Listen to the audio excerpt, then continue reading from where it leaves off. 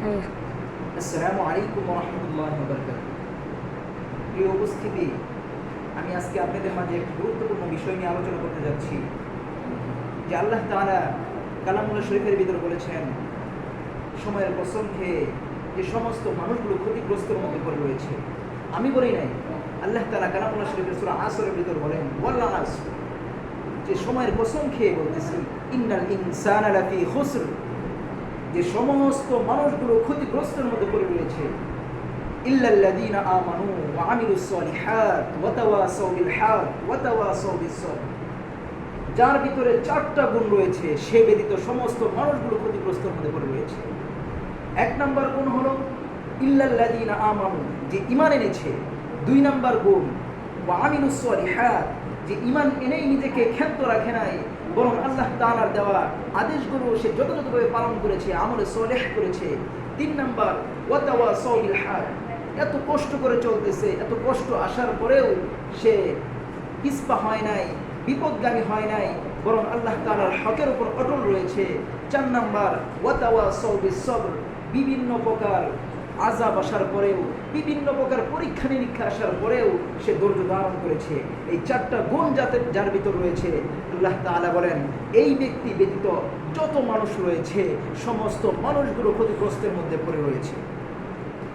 তো এই ভিডিওটা করার উদ্দেশ্য হলো, আজকে দেখেন যে বিষয়টা আমি আপনাদের কাছে প্রকাশ করতে যাচ্ছি, যে বিষয়টা নিয়ে আজকে আমি আলোচনা করতে যাচ্ছি, যে আল্লাহ তাআলা কাকে কখন কি বানিয়ে দেয়, দরিদ্র থেকে কাকে কখন কোটিপতি বানিয়ে দেয় আমরা কেউ বলতে পারি না। আবার কখন কোটিপতি থেকে রাস্তার ভিখারি বানিয়ে দেয় সেটাও আমরা কেউ বলতে পারি না। আল্লাহ তাআলা কখন কাকে দিনের পথে নিয়ে আসেন সেটাও আমরা বলতে পারি না। আর কাকে কখন কি কারণে পথভ্রষ্ট করে দেন সেটাও আমরা বলতে পারি না। দেখেন আজকে যাকে নিয়ে আমার এই ভিডিও, কাবার ইমাম থেকে শায়েখ শাইবানি আজকে হয়ে গেলেন সিনেমার নায়ক। কিন্তু কেন, কি এর কারণ? ইতিপূর্বে আমরা আমাদের উস্তাদদের মুখে শুনেছি যে বিভিন্ন সময় অনেক বড় বড় আল্লাহওয়ালা তারা দিন থেকে চলে গিয়েছেন, তারা পথভ্রষ্ট হয়ে গিয়েছেন। তেমনিভাবে আজকে আমাদের সামনে প্রকাশ্য এক নজির, যে ইমাম শাইবানি সে কাবার ইমাম থেকে আজকে হয়ে গেলেন সিনেমার নায়ক।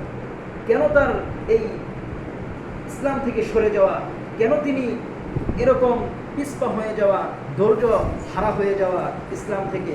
হয়তো বা আল্লাহ তাআলা তাকে বিভিন্ন পরীক্ষায় ফেলেছিলেন, কিন্তু ইব্রাহিম আলাইহিস সালাতু ওয়াস সালামকে তো কম পরীক্ষায় ফেলানো হয় নাই। বিভিন্ন পদে পদে কদমে কদমে ইব্রাহিম আলাইহিস সালাতু ওয়াস সালামকে পরীক্ষায় ফেলানো হয়েছিল, কিন্তু তিনি তো পরীক্ষায় উত্তীর্ণ হয়েছিলেন। আমাদের পিতা যদি পরীক্ষায় উত্তীর্ণ হতে পারে, আমরা সন্তান হয়ে কেন পারব? আমরা কেন পথভ্রষ্ট হয়ে গেলাম?